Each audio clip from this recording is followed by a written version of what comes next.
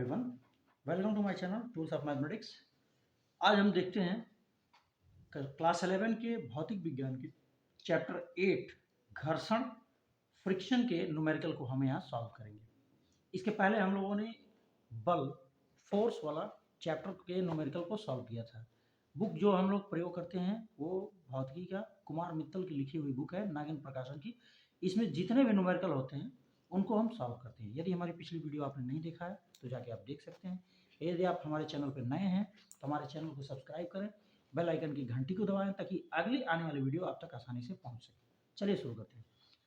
पहला न्यूमेरिकल जो है, पहला क्वेश्चन जो है ये दिया हुआ है कि 4 किग्रा द्रव्यमान का एक गुटका किसी पृष्ठ पर रखा है। स्थैतिक घर्षण गुणांक 0.4 है।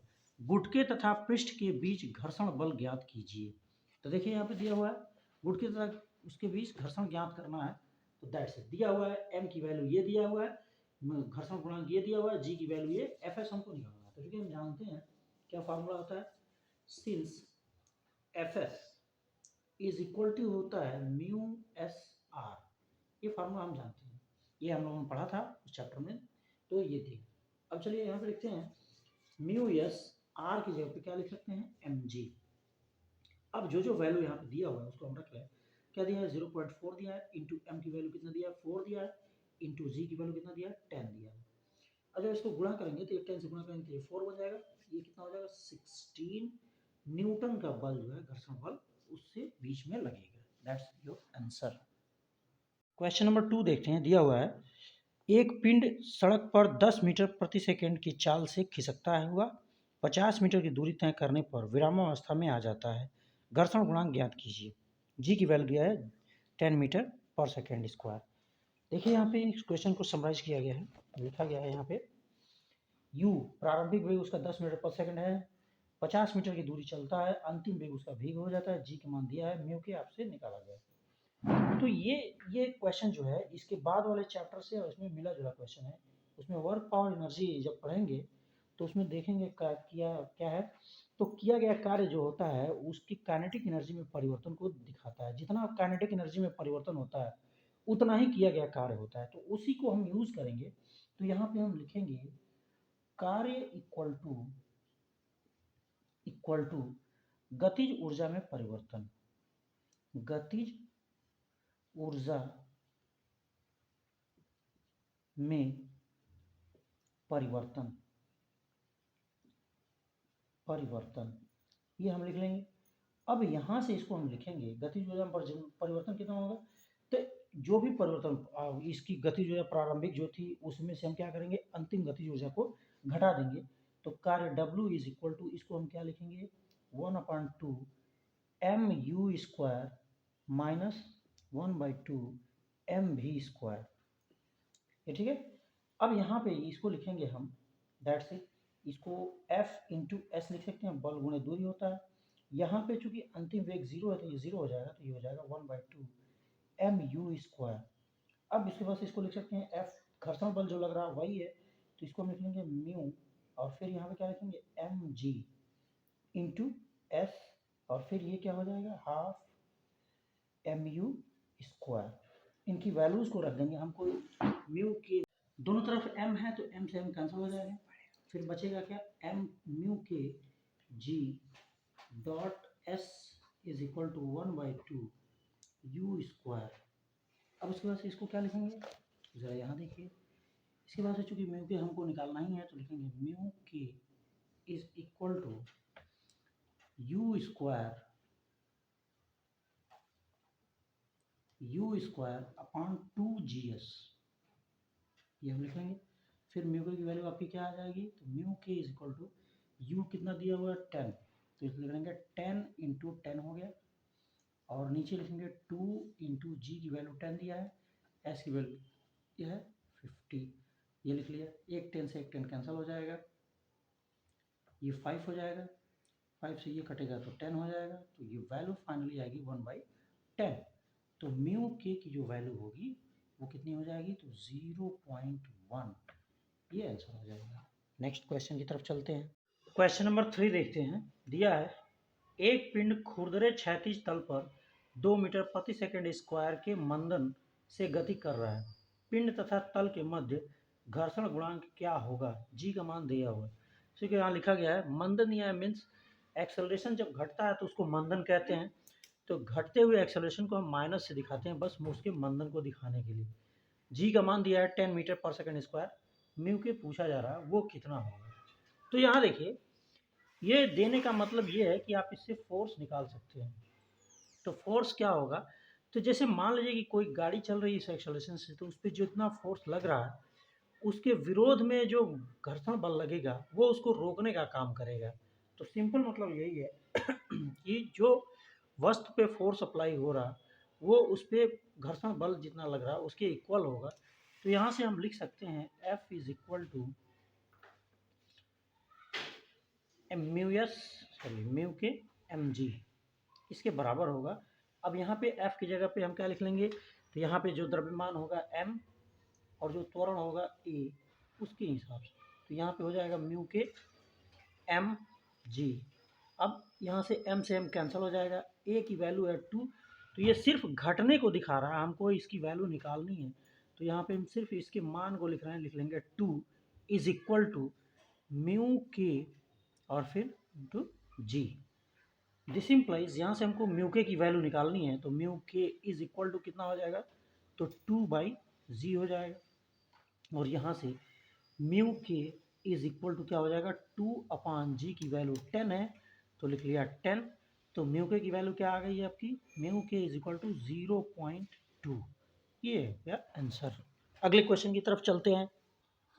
क्वेश्चन नंबर 4 देखते हैं, दिया हुआ है खुरदरे क्षैतिज पृष्ठ पर रखे 20 किग्रा द्रव्यमान के पिंड को ठीक चलाने के लिए 98 न्यूटन बल की आवश्यकता होती है, घर्षण गुणांक का मान परिकलित कीजिए। तो ये इतने न्यूटन का बल जो है वो चलाने की आवश्यकता उसको हो रही है, तो इतना ही उस पर फ्रिक्शन फोर्स भी लग रहा होगा, घर्षण बल, तभी इतने की ज़रूरत पड़ रही है। तो यहाँ पे दिया हुआ है एम की वैल्यू 20 kg, एफ का मान जो घर्षण बल है वो लगाने के लिए जितना ज़रूरत पड़ रहा है 98 न्यूटन का है, जी का मान इतना।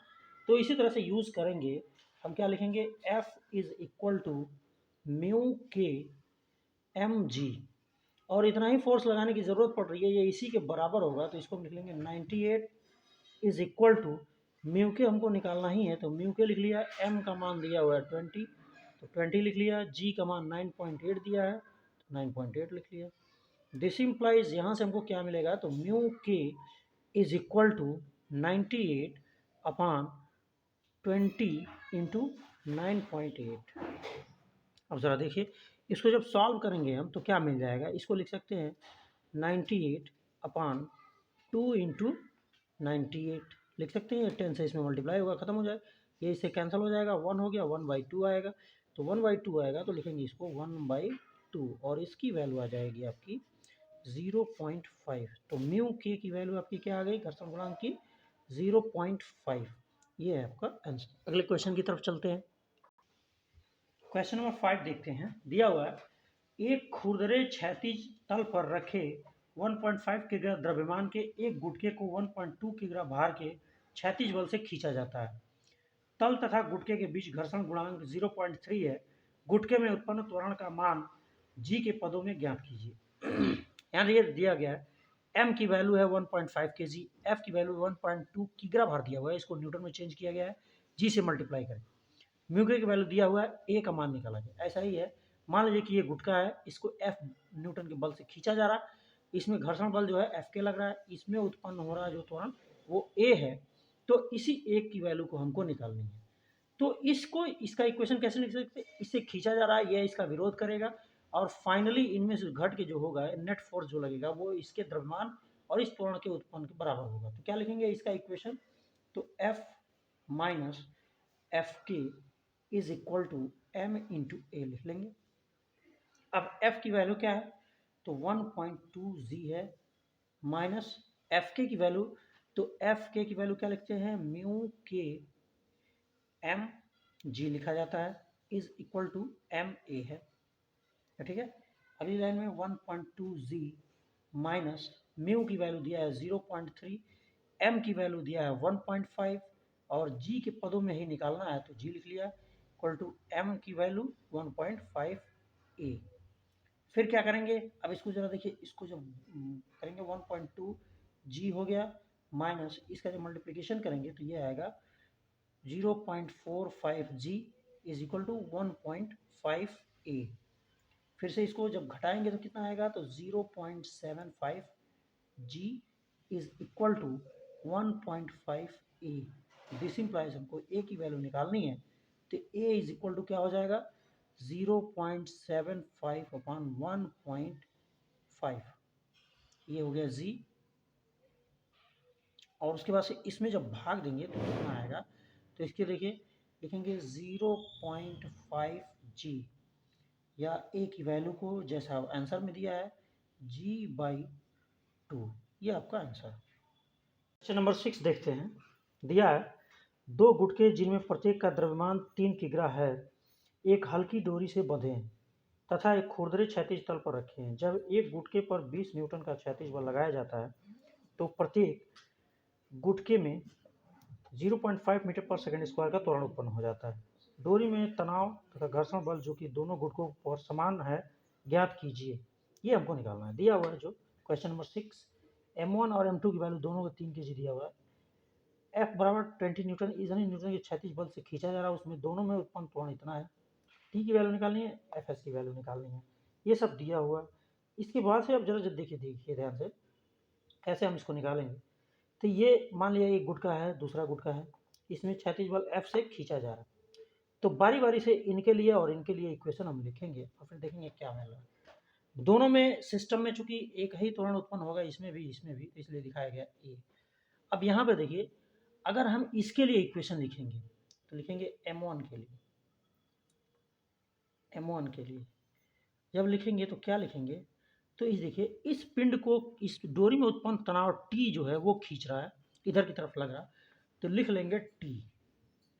और यहाँ देखिए इसमें घर्षण बल इस डायरेक्शन में लगेगा तो इसका विरोध करेगा, तो इसमें से घटा देंगे Fs और फिर इक्वल टू, अब इसके मास और इसमें उत्पन्न त्वरण के गुणनफल के बराबर नेट फोर्स इस पर काम करेगा, तो इसको लिख लेंगे M1A। ठीक है, ये हो गया इक्वेशन 1।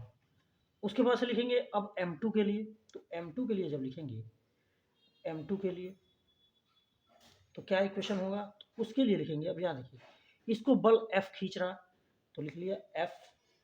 इसमें से इसके विपरीत डायरेक्शन में कौन कौन फोर्स है, तो डोरी में उत्पन्न तनाव T देखिए और Fs, तो इन दोनों को हम बारी बारी से घटा देंगे, तो लिखेंगे -T minus Fs is equal to, इस पर नेट फोर्स कितना होगा, तो पिंड का द्रव्यमान और गुणे उसमें उत्पन्न त्वरण A के बराबर होगा। ये हो गया इक्वेशन 2। अब इन दोनों इक्वेशन को यदि ऐड कर दें तो क्या लिखेंगे, समीकरण 1 और 2 को जोड़ने पर क्या लिखेंगे, जोड़ दिया इसको, तो देखिए T से T कैंसिल हो जाएगा, ये 2 बार हो जाएगा, तो लिखेंगे capital F -2Fs is equal to, अब इनको ऐड करेंगे तो देखो M1 प्लस M2 हो जाएगा और एक कॉमन हो जाएगा, तो ये हो गया, ये आपका फाइनल इक्वेशन आ गया। अब इसी में इस वैल्यूज को रख देंगे तो कुछ वैल्यू हमको निकल जाएगी। जैसे देखिए यहाँ पे F की वैल्यू दिया है 20, तो लिख लेंगे इसकी जगह पे 20 -2 Fs हमको निकालना ही है, तो लिख लिया Fs इज इक्वल टू, यहाँ देखिए M1 M2 की वैल्यू 3 दिया है, तो लिखेंगे 3 + 3 और फिर इक्वल टू A की वैल्यू दिया है, तो इसको लिख लेंगे इंटू 0.5। ठीक है, अब फिर यहाँ पे देखिए इसको क्या लिखेंगे, this implies 20 -2 Fs is equal to 6 हो गया, 6 इंटू 0.5, इसको गुणा कर लेंगे तो कितना हो जाएगा, तो 3.0 आएगा।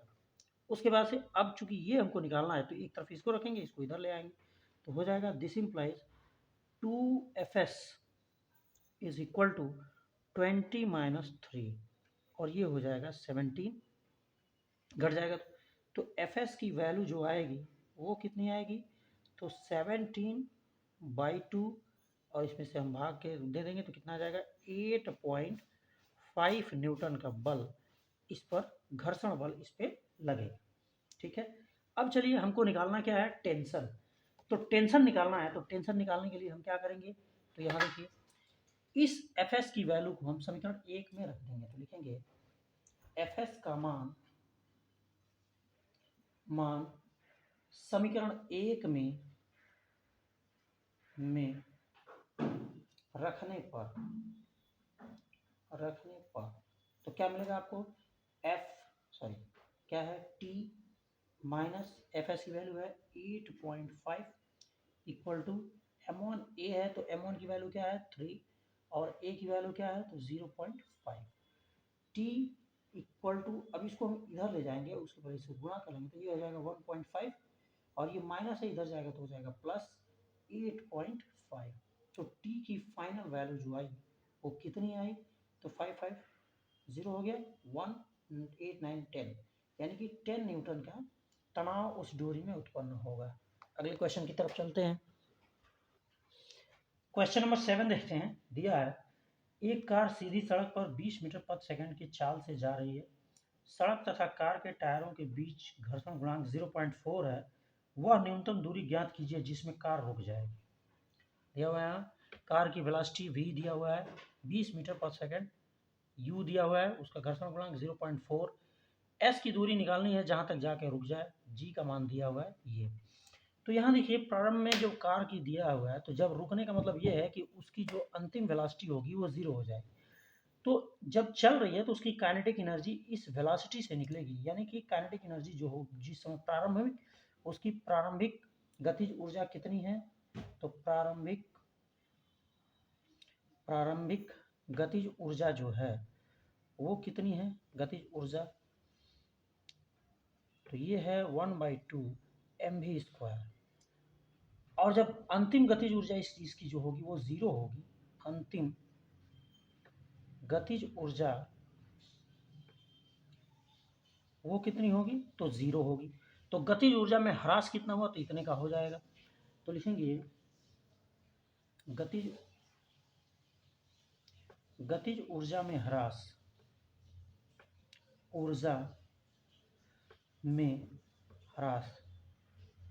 ह्रास कितना हुआ, तो वो कितने का हो जाएगा 1/2 mv² की कमी हुई, इतना ह्रास हुआ। तो चूंकि हम जानते हैं कि गतिज ऊर्जा न तो उत्पन्न की जा सकती है, तो हम जानते हैं कि ऊर्जा को न तो उत्पन्न किया जा सकता है और न ही नष्ट किया जा सकता है, उसको एक फॉर्म से दूसरे फॉर्म में चेंज किया जा सकता है law of conservation of energy के अनुसार। तो इसमें अंतिम ऊर्जा 0 थी, अब प्रारंभिक जो थी ½ mv², तो ह्रास कितने का हुआ, तो इतना ही का हुआ। तो गतिज ऊर्जा में ह्रास ये किसके बराबर होगा, तो घर्षण बल के विरुद्ध किए गए कार्य के में होगा। तो क्या होगा, घर्षण बल के विरुद्ध कार्य करने में खर्च होगा। तो कार्य बराबर हो जाएगा W, और ये W जो होगा वो किसके बराबर होगा, तो F इंटू एस। एस क्या है, मान लेते हैं कि उतनी दूरी चल के वो रुक जाती है, वही एस है।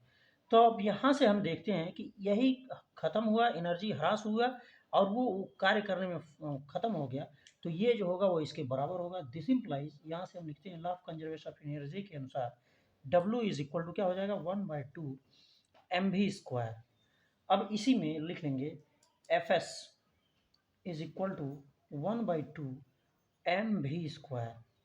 अब F की जगह पे चूंकि घर्षण बल होगा और ये डिस्टेंस है, तो घर्षण बल को हम क्या लिख लेंगे, तो mu M G into S लिख लेंगे इक्वल टू ½ mv²। अब यहाँ से m से m कैंसिल हो जाएगा, हमारा मिल जाएगा mu G S equal to 1/2 v²। अब चूंकि हमको निकालना है क्या s, तो इसको छोड़ के बाकी सबको हम दूसरी ओर ट्रांसफर कर देंगे, तो लिख लेंगे s equal to v² upon mu G. ठीक है, अब इनकी वैल्यू को रख के हम s की वैल्यू को आसानी से निकाल सकते हैं। जैसे देखिए यहाँ पे s is equal to v की वैल्यू है 20, तो लिख लेंगे 20 इंटू 20। नीचे क्या लिखेंगे म्यू, तो म्यू की वैल्यू कितनी दिया है, तो 0.4 दिया है, और फिर यहाँ पे देखिए 2 छूट गया है तो यहाँ पे आ जाएगा 2, और फिर क्या लिखेंगे दिस, ये हो जाएगा 2 इंटू 0.4 इंटू जी की वैल्यू कितना दिया है, तो 10 दिया है, तो 10 लिख लिया।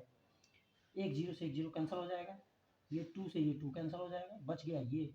इससे हमको भाग देना है, तो ये देखिए पहले 20 है, इसको हम पूर्णांक में बना लेंगे तो कितना हो जाएगा 200/4 हो जाएगा, और भाग दे देंगे तो ये कितना हो जाएगा 50। यानी कि 50 मीटर की दूरी तय करके वह गाड़ी जो है वो रुक जाएगी। अगले क्वेश्चन की तरफ चलते हैं।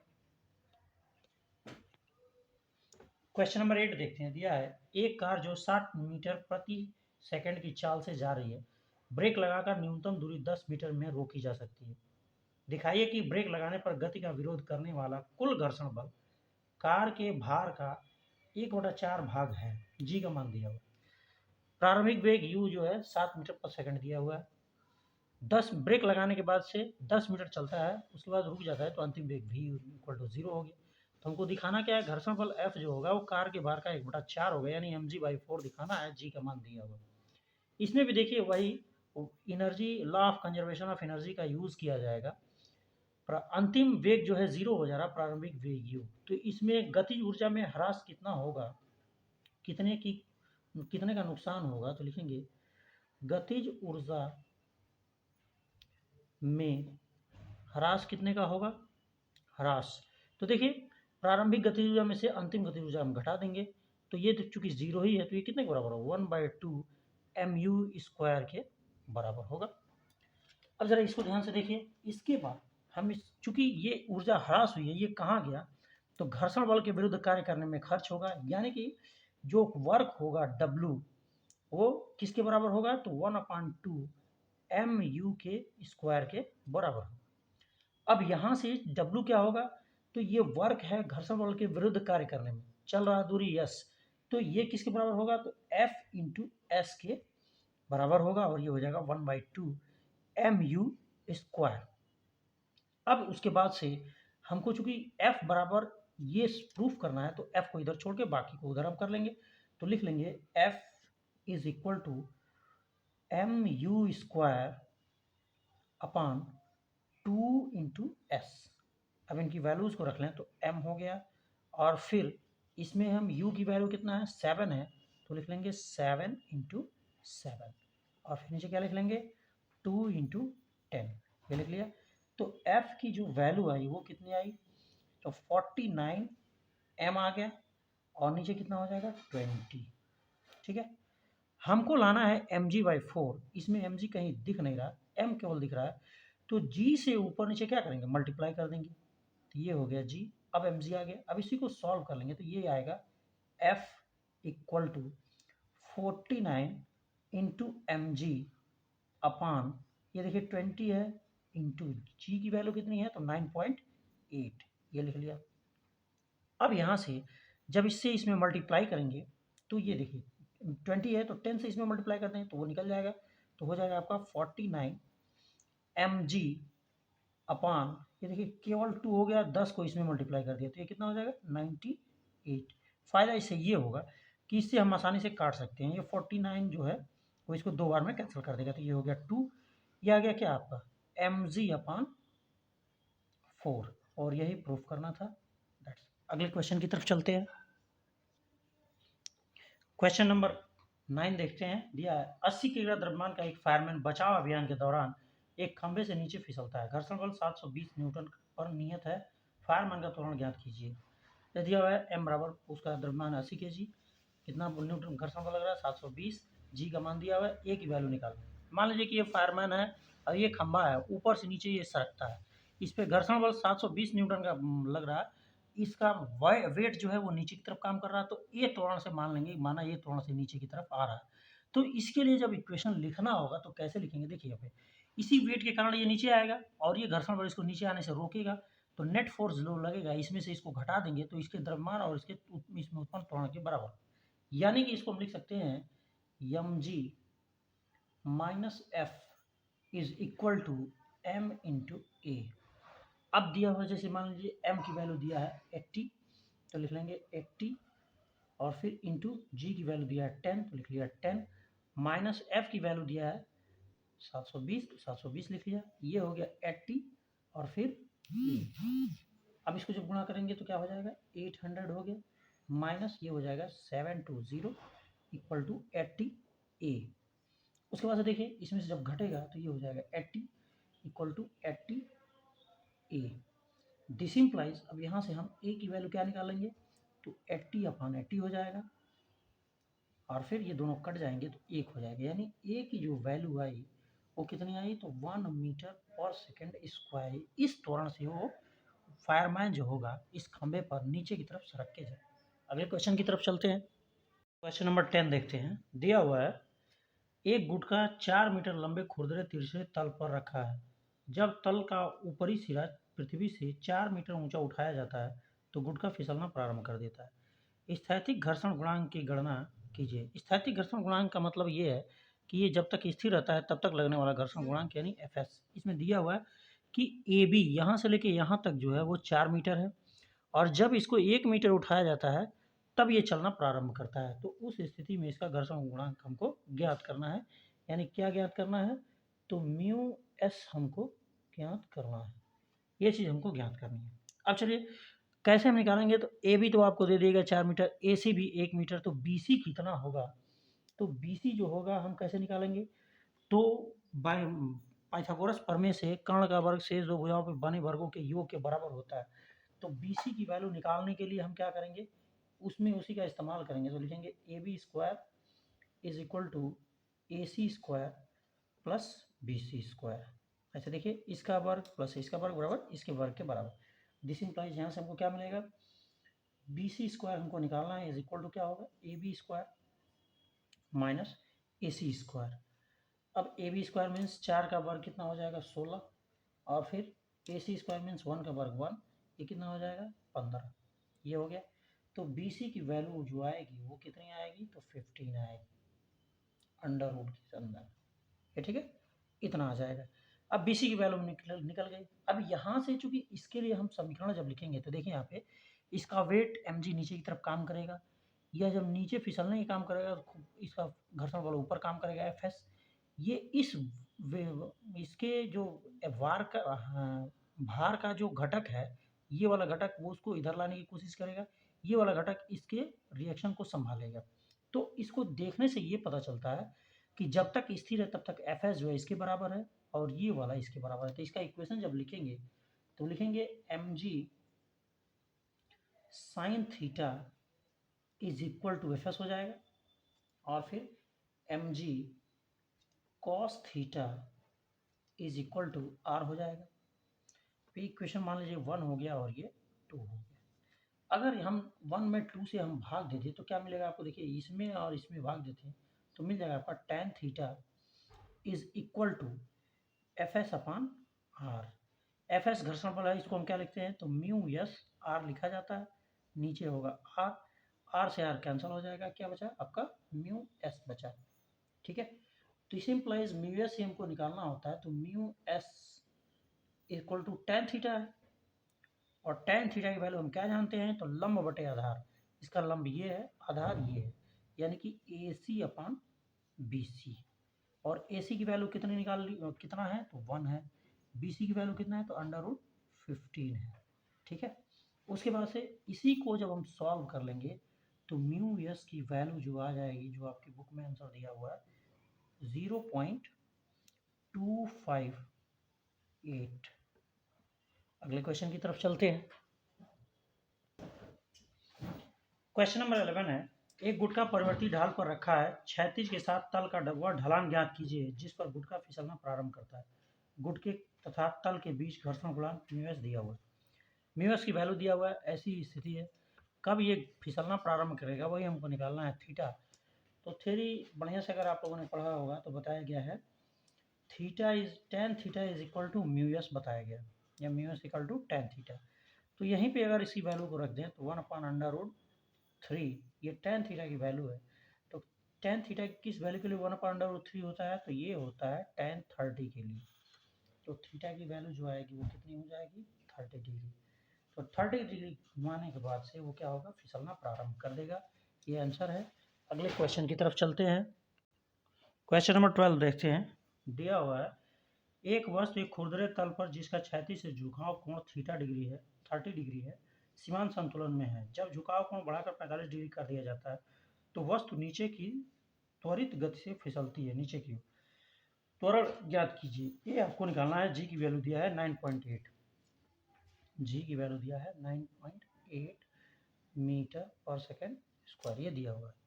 तो चलिए यहाँ देखिए दिया हुआ है थीटा एस, थीटा के ए की वैल्यू निकालनी है, जी इतना दिया हुआ। तो जब 30 डिग्री है तो उस स्थिति में ये स्थिर है, इसका वेट एम जी, इधर एम जी साइन 30 डिग्री, इधर एम जी कॉस 30 डिग्री, रिएक्शन ऊपर की तरफ, ये स्थैतिक घर्षण बल ऊपर की तरफ लग रहा। तो इसके लिए जब इक्वेशन हम लिखेंगे, यानी कि इसके लिए जब इस स्थिति में इक्वेशन लिखना होगा तो क्या लिखेंगे, एम जी साइन 30 डिग्री, ये किसके बराबर होगा, तो एफ एस के बराबर होगा जब स्टैटिक है तो इस तरह से हो गया।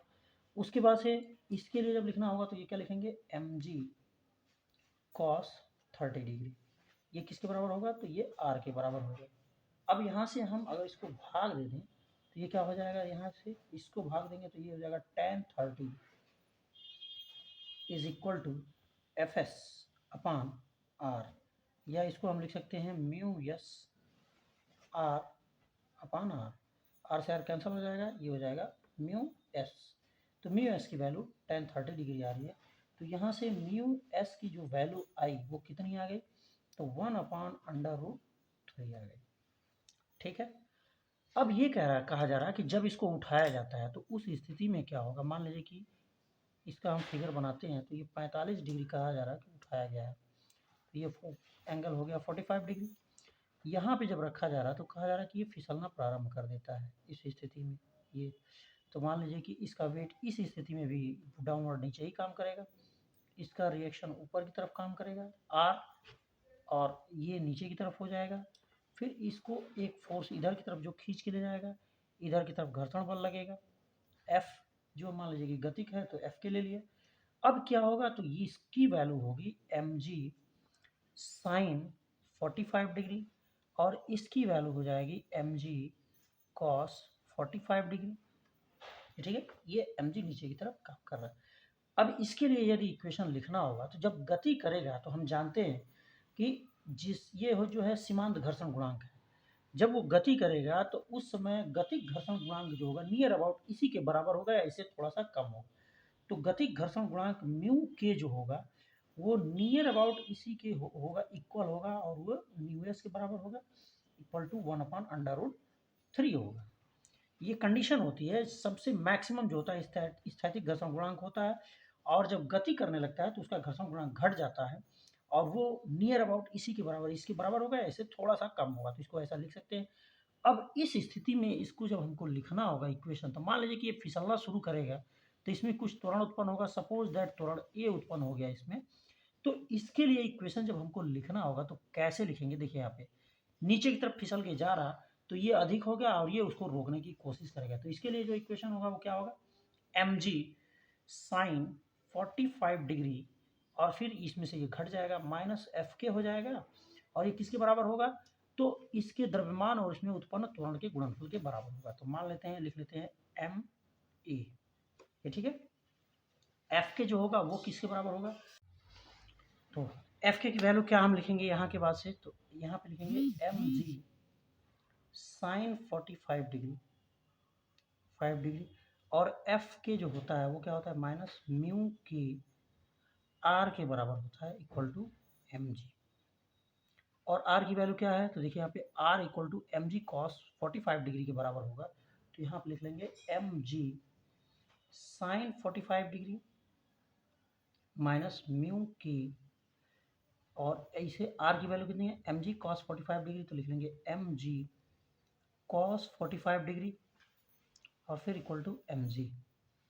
एम से एम कैंसिल हो गया यहाँ से, तो बचा क्या, जी साइन 45 डिग्री माइनस यहाँ से mu K G cos 45 degree is equal to, ये हो गया, सॉरी यहाँ ए है तो ये ए हो गया, ये भी ए होगा, और फिर यहाँ से हम लिख लेंगे ए।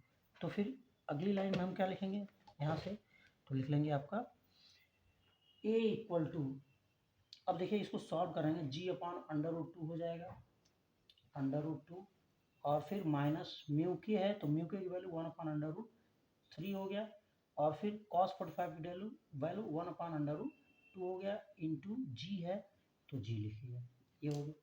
यहाँ से हम इसको लिख सकते हैं कोष्टक में 1/√2, फिर -1/√3 इंटू 1/√2 और कोष्टक के बाहर g।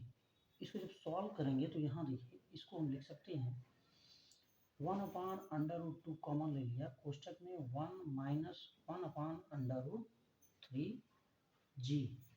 इसके बाद से इसको जब सॉल्व करेंगे तो क्या मिलेगा आपका, तो √3 -1/√6 इंटू जी।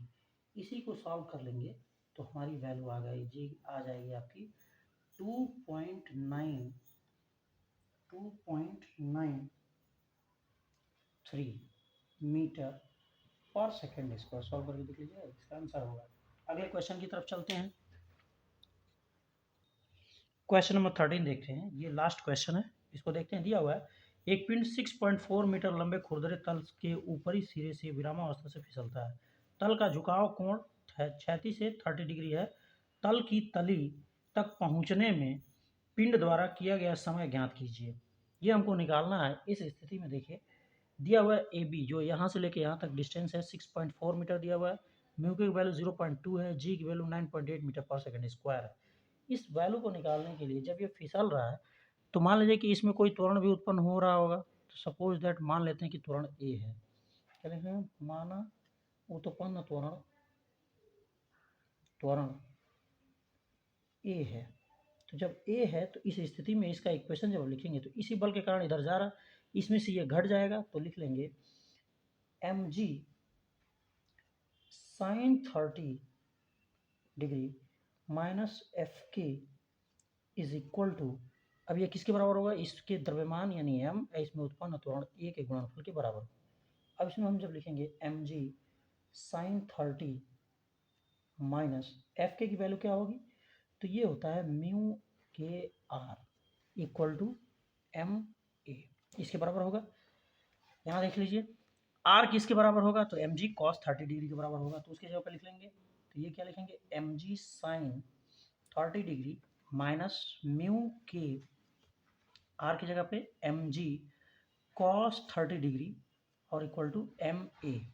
एम से एम कैंसिल हो जाएगा और बचेगा क्या आपका, g sine 30 degree minus mu k cos 30 degree और उसके बाद से इज इक्वल टू ए, ये वैल्यू आ जाएगी। अब उसके बाद से ए बराबर हम दिस इंप्लाइज, चूंकि ए की वैल्यू निकाले तो उसको इधर कर लिया इक्वल टू, अब बारी बारी से इनकी वैल्यू रखते जाएंगे। जी का मान दिया है 9.8, तो लिख लो, पहले इसको लिख लेते हैं 9.8 और फिर यहाँ पे क्या लिखेंगे साइन 30, यहाँ पे यहाँ पे जी छूट गया है तो क्या कम करते हैं, जी कॉमन ले लेते हैं। जी कोष्टक में क्या होगा, साइन 30 और फिर माइनस म्यू के कॉस 30, ये हो जाएगा। अगली लाइन में हम क्या लिख लेंगे, इज इक्वल टू, जी लिखते हैं बाद में लिख लेंगे, इसकी वैल्यू हो जाएगी 1/sin 30 की वैल्यू 1/2 माइनस म्यू की वैल्यू कितना दिया है 0.2, तो लिख लिया 0.2। कॉस 30 वैल्यू कितनी होती है, तो √3/2 ये होता है। इसके बाद से इसको हम क्या करेंगे, बंद कर लिया इसको, फिर इसको काट देंगे तो ये हो जाएगा जी कोष्टक में 1/2 माइनस 0.1 इंटू ये हो जाएगा 1.732, ये ठीक है। उसके बाद से इसको जब घटाएंगे तो ये हो जाएगा जी कोष्टक में 0.5 माइनस इसका जब गुणा होगा तो ये होगा 0.1732, ये ठीक है। उसके बाद से इसको जब गुणा करेंगे इसमें से घटाएंगे तो इसकी वैल्यू आपकी आ जाएगी, इसकी वैल्यू आएगी आपकी, इसको लिख लेते हैं 9.8 और इसमें से जब घटा लेंगे इसको तो देखिए यहाँ पे एक तो आएगा 8, फिर 9 में से 3 जाएगा 6 और फिर 9 में से 7 जाएगा 2 और फिर 5 में से 1 जाएगा 4। इतनी वैल्यूज आपकी ये होगी, ये हो जाएगा आपके कोष्टक के अंदर, ठीक है। अब उसके बाद से जब इसको मल्टीप्लाई करेंगे तो इसकी वैल्यू आपकी आ जाएगी, इसमें इससे मल्टीप्लाई करने के बाद से यानी कि ए की value, a is equal to 3.2 metre 3.2 metre पर सेकेंड स्क्वायर। ए की वैल्यू आ गई। इस ए की वैल्यू से चूंकि ये दूरी दिया हुआ है तो इसमें हम गति का द्वितीय समीकरण लगाएंगे तो मिल जाएगा क्या होता है S equal to U T plus half G T square, G की जगह पे क्या होगा ए होगा, तो हमको मालूम हो गया ए टी स्क्वायर। यहाँ पे क्या लिखेंगे एस की जगह पे ये लिखेंगे 4 पॉइंट। अब यहाँ पे चूंकि फिसल रहा होगा तो प्रारंभिक में इसका जीरो होगा, प्रारंभिक वेग, तो ये हो गया जीरो प्लस 1/2 ए टी स्क्वायर हो गया। अब हमको निकालना है टाइम, तो इसको इधर ले आएंगे तो ये हो जाएगा a t square is equal to, इसमें 2 से गुणा हो जाएगा तो 2s हो गया। इसको एस ऐसे बना लेते हैं तो 25 लगने लगेगा। अब उसके बाद से t square is equal to हो जाएगा 2s अपान ए, टी की वैल्यू कितनी हो जाएगी तो अंडर रूट में हो जाएगा 2s अपान ए। इसी को जब सॉल्व करेंगे तो 2 इंटू एस की वैल्यू कितनी है 6.4 और नीचे ए की वैल्यू कितनी हो जाएगी 3.2, ये किस में हो जाएगा अंडर रूट 2, इससे कैंसिल हो जाएगा तो ये 2 बार कैंसिल हो जाएगा।